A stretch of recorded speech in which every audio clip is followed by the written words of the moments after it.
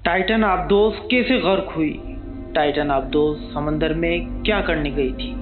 Titan आबदोस में कितने लोग थे?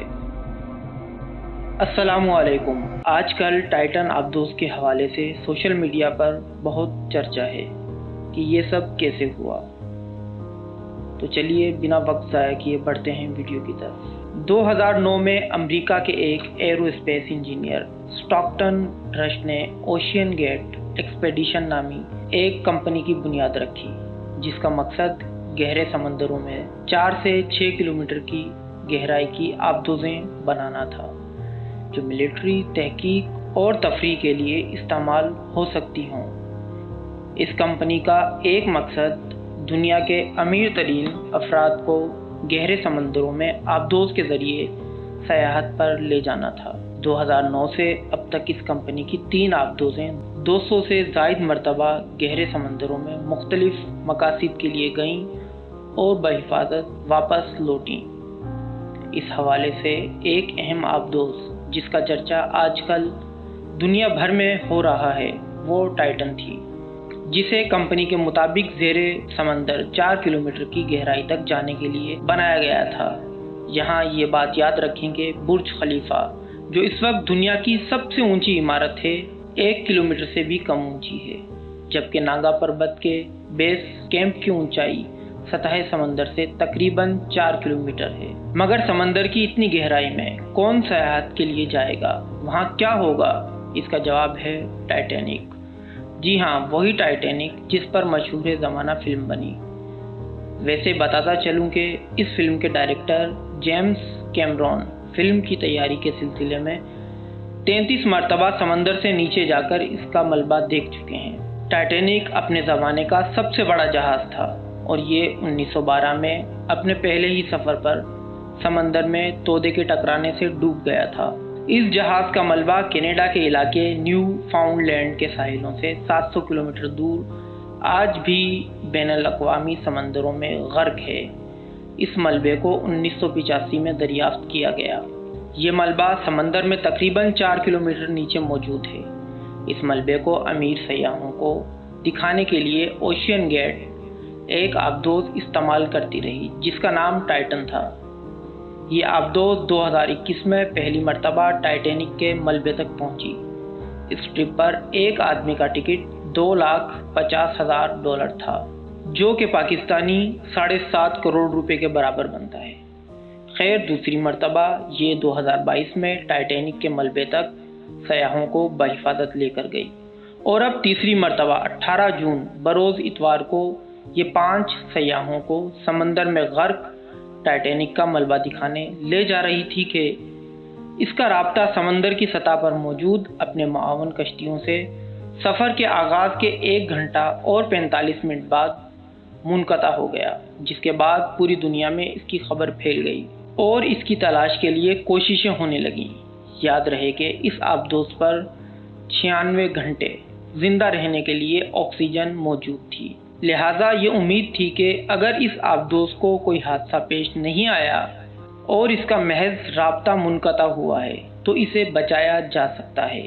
टाइटन पर पहली मरतबा जाने वाले एक जर्मन सयाह आर्थर कहते हैं कि ये आबदोज़ मुकम्मल तौर पर महफूज नहीं थी।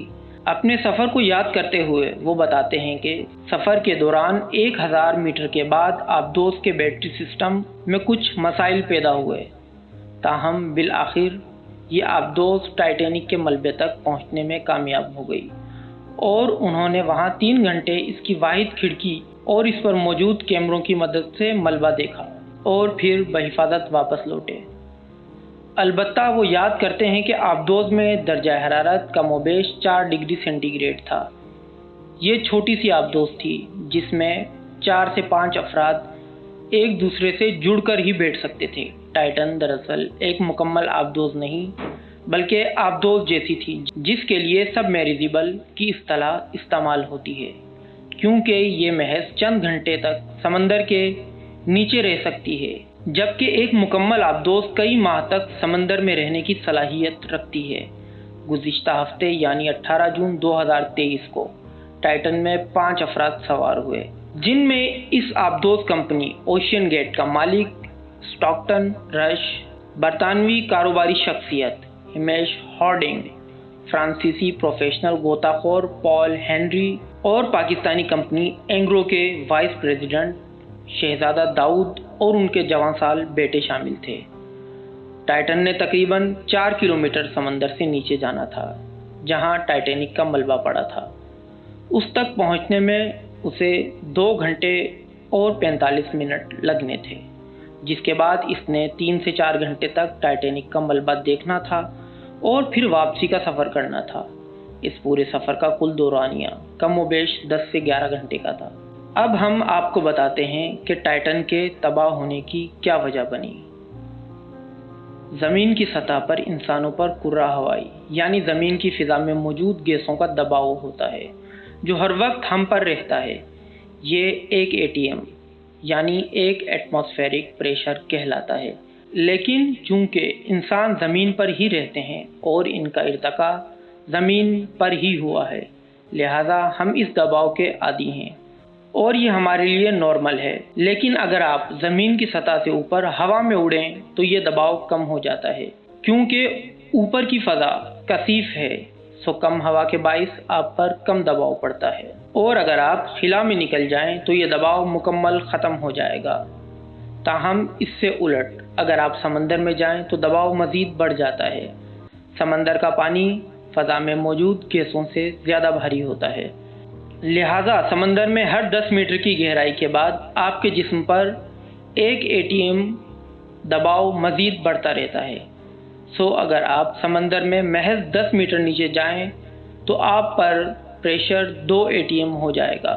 ये कमोबेश खाना बनाने के लिए इस्तेमाल होने वाले प्रेशर कुकर के अंदर का प्रेशर है। अगर आपने कभी प्रेशर कुकर को फटता देखा हो तो आपको अंदाज़ा होगा कि ये किस कदर शदीद प्रेशर है। सो अगर आप समंदर में 4 किलोमीटर नीचे चले जाएं तो आप पर दबाव ज़मीन पर दबाव के मुकाबले में तकरीबन 400 गुना ज़्यादा होगा, या प्रेशर कुकर के दबाव से 200 गुना ज़्यादा होगा। टाइटन आबदोस को टाइटेनियम धातु और कार्बन फाइबर से बनाया गया था, जो इतना दबाव बर्दाश्त कर सकती थी, बशर्ते कि ये मुकम्मल तौर पर सील हो और उसमें कोई फ्रैक्चर ना हो और ना ही इसकी बॉडी कहीं से कमज़ोर हो।